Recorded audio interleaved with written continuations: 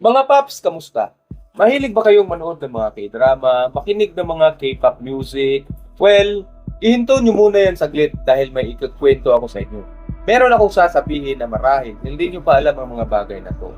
Paps, bago nyo pa maging idolo si Lee Min-ho, iniidolo na tayo ng mga Koreano.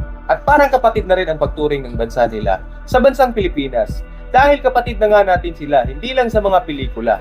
At yun ay maging sa dugo na rin, na inalay ng mga magigiting na sundalong Pilipino na sumabak sa gyera sa bansang Korea laban sa bansang Korea.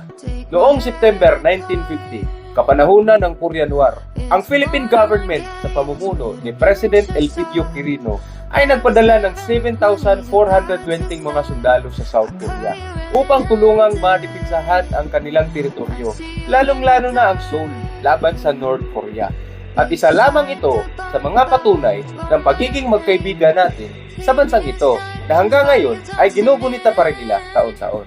Bilang pagkilala sa kabayanihan ng magigiting na mga sinaunang sundalong Pilipino, sa panahong iyon ay nagpagawa pa sila ng monumento at matatagpuan sa Guyang City, Gyeonggi Province.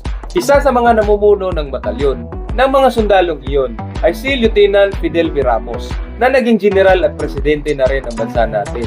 Ang pinakamadugong sagupaan ng 900 na sundalong Pilipino laban sa 40,000 na sundalong Chinese ay naganap sa Yultong, kung saan ay nagtagumpay ang mga sundalong Pilipino na depensahan at hindi mapasok ng mga kalaban ang Seoul sa pamumuno ng mga kumander na sina Dionisio S. Ojeda, Contrado Diab at Jose Arciaga Jr.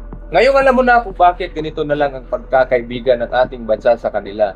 Pwede ka nang bumalik sa panonood mo ng K-drama at pakikinig ng K-pops. Mga Pops, enjoy! Ingat!